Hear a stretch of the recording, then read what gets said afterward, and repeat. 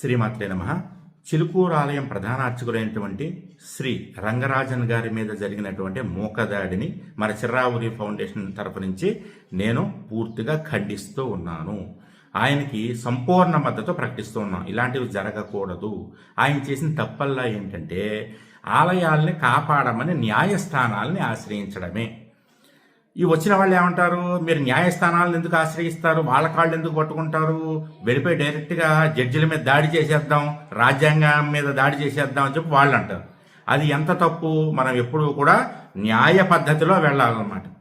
ఈ విషయం కొంతమంది మన కుహనా మేధావులు ఉన్నారు కదా, మన వక్ర బుద్ధుల వాళ్ళు కొంతమంది ఉన్నారు కదా, వాళ్ళకి నచ్చట్లేదు. వాళ్ళు అంటారు, ఎవరో వచ్చిన వాళ్ళట పండితులు వచ్చారట, పండితుల్లా ఉన్నారట, చక్కగా సందర్భోచితంగా చక్కగా భగవద్గీత శ్లోకాలు చెప్తూ ఉన్నారట.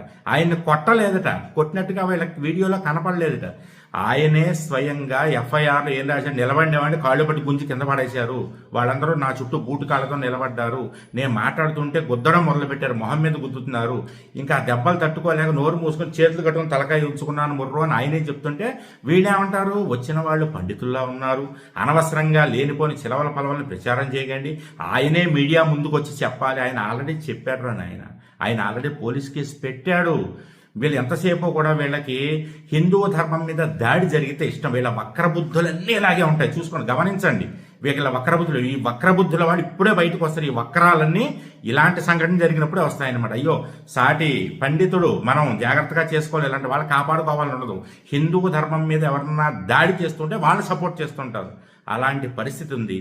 కాబట్టి ఈ విషయంలో ప్రత్యేకించి మనం రంగరాజన్ గారికి సంపూర్ణ మద్దతు ప్రకటిద్దాం. ఆయన కోసం మనం ఎక్కడికైనా వెళ్దాం.